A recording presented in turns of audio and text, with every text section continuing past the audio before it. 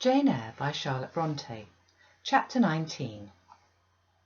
The library looked tranquil enough as I entered it, and the Sibyl, if Sibyl she were, was seated snugly enough in an easy chair at the chimney corner. She had on a red cloak and a black bonnet, or rather a broad-brimmed gypsy hat, tied down with a striped handkerchief under the chin. An extinguished candle stood on the table. She was bending over the fire and seemed reading in a little black book, like a prayer book, by the light of the blaze. She muttered the words to herself, as most old women do, while she read. She did not desist immediately on my entrance. It appeared she wished to finish a paragraph. I stood on the rug and warmed my hands, which were rather cold with sitting at a distance from the drawing-room fire. I now felt as composed as ever I did in my life. There was nothing, indeed, in the gypsy's appearance to trouble one's calm. She shut her book and slowly looked up. Her hat brim partially shaded her face, yet I could see as she raised it that it was a strange one. It looked all brown and black. Elf locks bristled out from beneath a white band which passed under her chin and came half over her cheeks, or rather jaws. Her eye confronted me at once with a bold and direct gaze. "Well, and you want your fortune told," she said in a voice as decided as her glance, as harsh as her features. "I don't care about it, Mother. You may please yourself. But I ought to warn you, I have no faith." "It's like your impudence to say so. I expected it of you. I heard it in your step as you crossed the threshold." "Did you? You've a quick ear." "I have, and a quick eye, and a quick brain." "You need them all in your trade." "I do, especially when I've customers like you to deal with. Why don't you tremble?" "I'm not cold." "Why don't you turn pale?" "I'm not sick."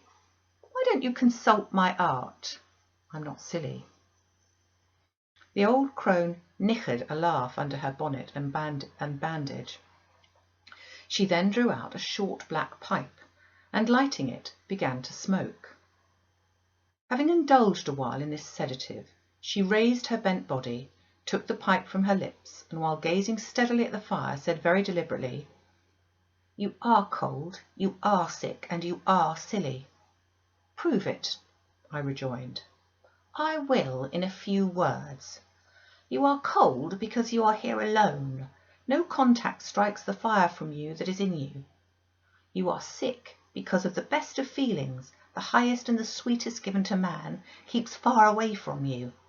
You are silly because, suffer as you may, you will not beckon it to approach, nor will you stir one step to meet it where it waits you." She again put her short black pipe to her lips and renewed her smoking with vigour. "You might say that to almost anyone who you knew lived as a solitary dependent in a great house." "I might say it to almost anyone, but would it be true of almost anyone?" "In my circumstances." "Yes, just so, in your circumstances, but find me another precisely placed as you are." "It would be easy to find you thousands." "You could scarcely find me one. If you knew it, you are peculiarly situated. Very near happiness, yes, within reach of it.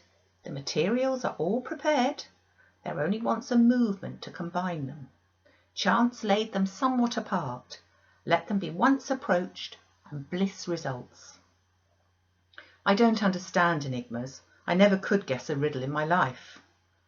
"If you wish me to speak more plainly, show me your palm." "And I must cross it with silver, I suppose?" "To be sure."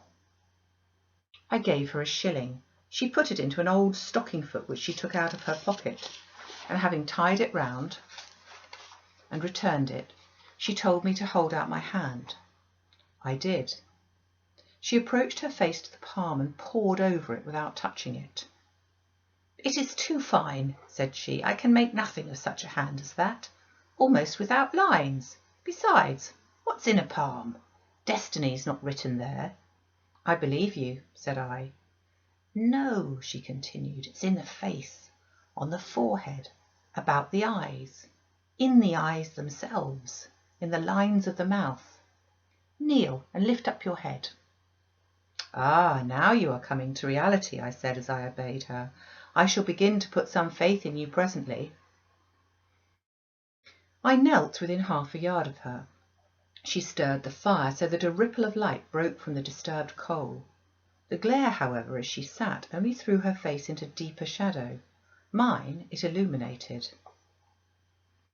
"I wonder with what feelings you came to me tonight," she said when she'd examined me a while. "I wonder what thoughts are busy in your heart during all the hours you sit in yonder room with the fine people flitting before you like shapes in a magic lantern. Just as little sympathetic communion passing between you and them as if they were really mere shadows of human forms and not the actual substance. I feel tired often, sleepy sometimes, but seldom sad." "Then you have some secret hope to buoy you up and please you with whispers of the future." "Not I. The utmost I hope is to save money enough out of my earnings to set up a school some day in a little house rented by myself." "A mean nutriment for the spirit to exist on, and sitting in that window seat. You see, I know your habits."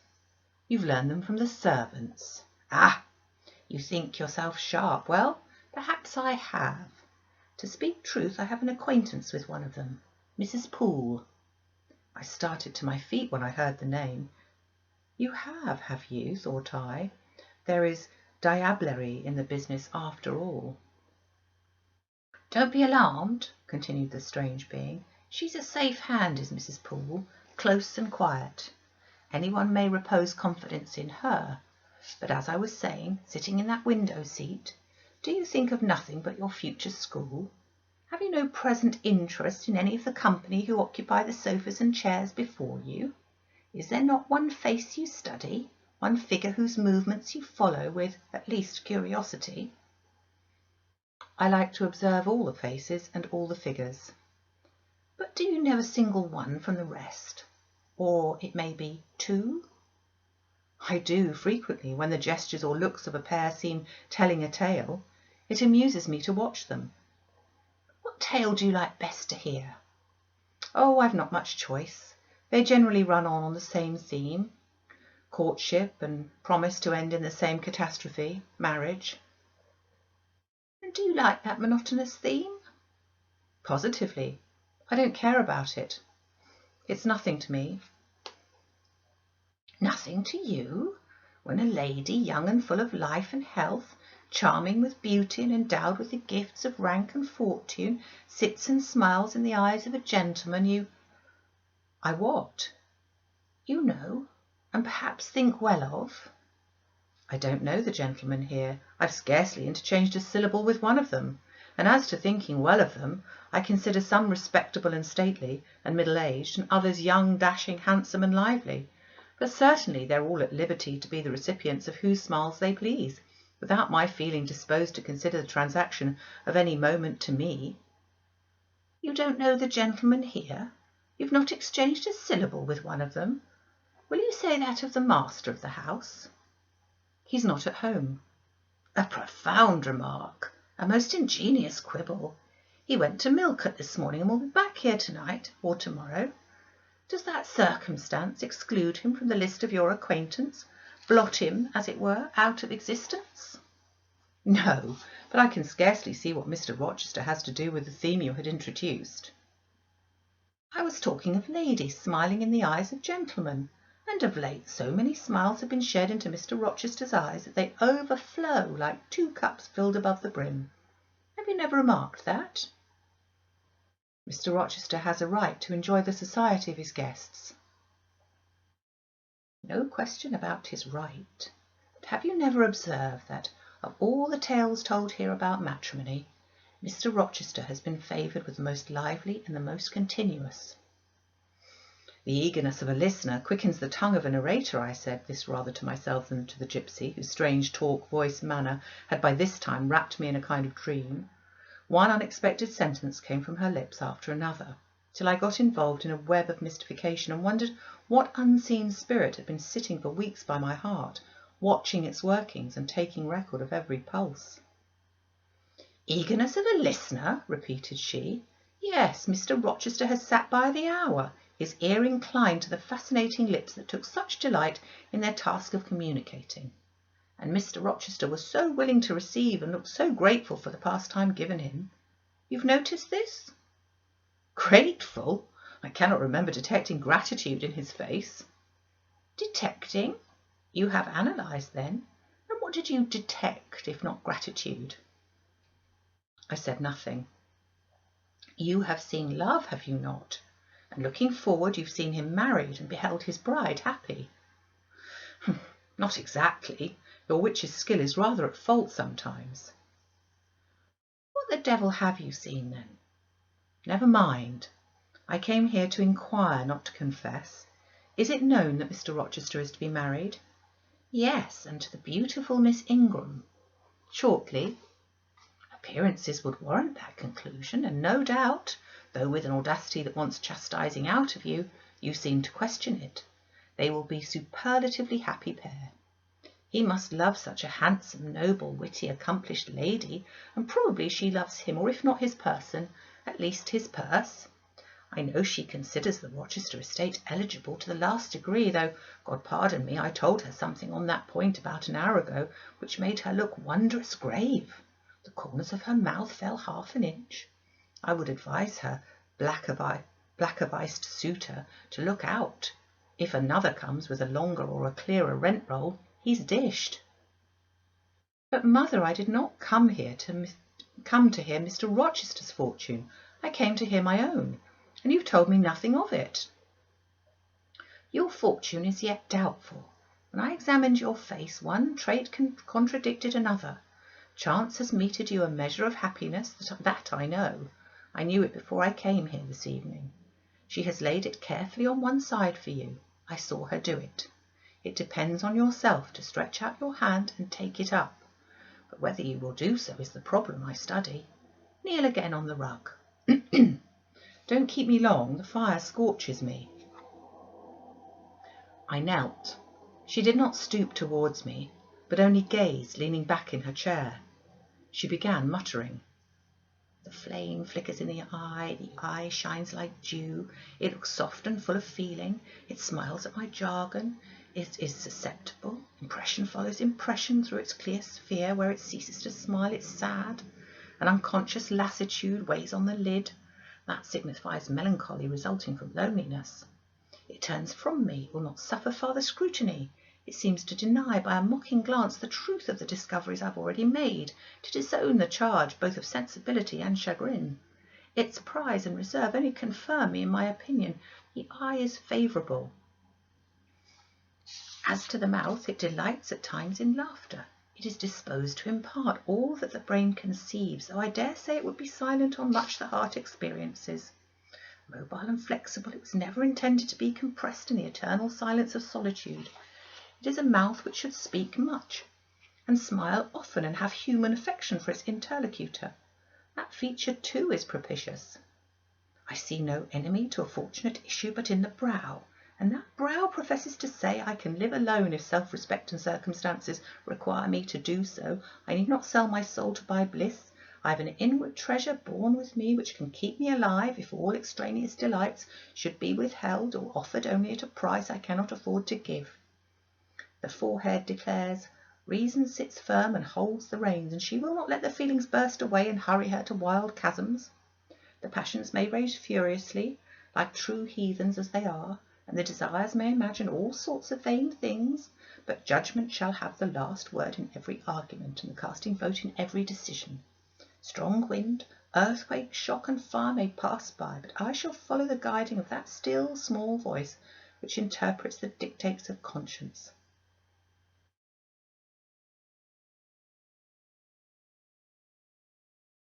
Well said, forehead. Your declaration shall be respected.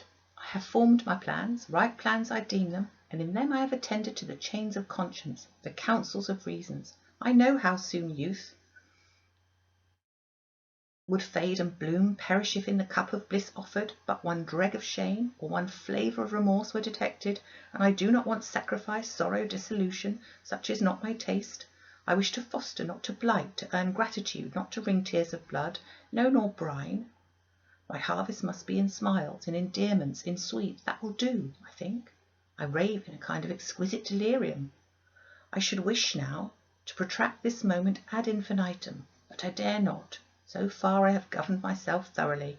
I have acted as I inwardly swore I would act, but father might try me beyond my strength. Rise, Miss Eyre, leave me. The play is played out. Where was I? Did I wake or sleep? Had I been dreaming? Did I dream still? The old woman's voice had changed. Her accent, her gesture, and all were familiar to me as my own face in a glass, as the speech of my own tongue. I got up, but did not go. I looked. I stirred the fire, and I looked again, but she drew her bonnet and her bandage closer about her face, and again beckoned me to depart. The flame illuminated, her hand stretched out, roused now, and on the alert for discoveries. I at once noticed that hand. It was no more the withered limb of eld than my own. It was a rounded, supple member with smooth fingers, symmetrically turned. A broad ring flashed on the little finger, and stooping forward, I looked at it and saw a gem I had seen 100 times before. Again I looked at the face, which was no longer turned from me. On the contrary, the bonnet was doffed, the bandage displaced, the head advanced. "Well, Jane, do you know me?" asked the familiar voice. "Only take off the red cloak, sir, and then... But the string is in a knot. Help me." "Break it, sir." "There, then. Off, ye lendings." And Mr. Rochester stepped out of the disguise. "Now, sir, what a strange idea! But well carried out, eh? Don't you think so? With the ladies you must have managed well, but not with you. You did not act the character of a gypsy with me. What character did I act? My own? No, some unaccountable one. In short, I believe you've been trying to draw me out, or in. You've been talking nonsense to make me talk nonsense. It is scarcely fair, sir. Do you forgive me, Jane? I cannot tell till I've thought it all over. If on reflection I find I've fallen into no great absurdity, I shall try to forgive you. But it was not right. Oh, you've been very correct, very careful, very sensible. I reflected and thought on the whole I had. It was a comfort, but indeed I had been on my guard almost from the beginning of the interview. Something of masquerade I suspected. I knew gypsies and fortune-tellers did not express themselves as this seeming old woman had expressed herself. Besides, I had noted her feigned voice, her anxiety to conceal her features. But my mind had been running on Grace Poole, that living enigma, that mystery of mysteries. As I considered her, I had never thought of Mr. Rochester. "Well," said he, "what are you musing about? What does that grave smile signify?" "Wonder and self-congratulation, sir. I have your permission to retire now, I suppose?" "No, stay a moment and tell me what the people in the drawing-room yonder are doing." "Discussing the gypsy, I dare say." "Sit down. Let me hear what they said about me." "I'd better not stay long, sir. It must be near 11 o'clock.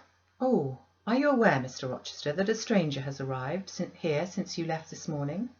"A stranger? No, who can it be? I expected no one. Is he gone?" "No. He said he'd known you long, and that he could take the liberty of installing himself here till you returned." "The devil he did! Did he give his name?" "His name is Mason, sir, and he comes from the West Indies, from Spanish Town in Jamaica, I think." Mr. Rochester was standing near me. He had taken my hand as if to lead me to a chair. As I spoke, he gave my wrist a convulsive grip. The smile on his lips froze. Apparently a spasm caught his breath.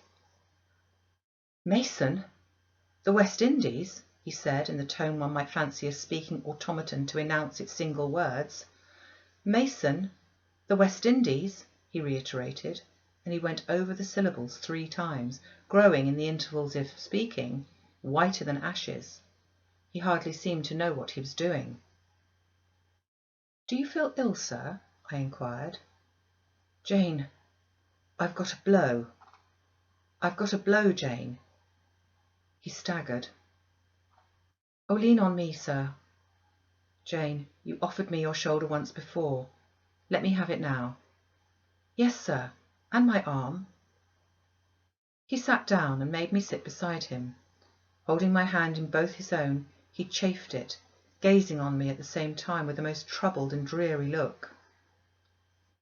My little friend, said he, I wish I were in a quiet island with only you, and trouble and danger and hideous recollections removed from me. Can I help you, sir? I'd give my life to serve you. Jane, if aid is wanted, I'll seek it at your hands. I promise you that. Thank you, sir. Tell me what to do. I'll try at least to do it. Fetch me now, Jane, a glass of wine from the dining room. They will be at supper there, and tell me if Mason is with them and what he's doing. I went and found all the party in the dining room at supper, as Mr. Rochester had said. They were not seated at table. The supper was arranged on the sideboard. Each had taken what he chose, and they stood about here and there in groups, their plates and glasses in their hands. Every one seemed in high glee. Laughter and conversation were general and animated.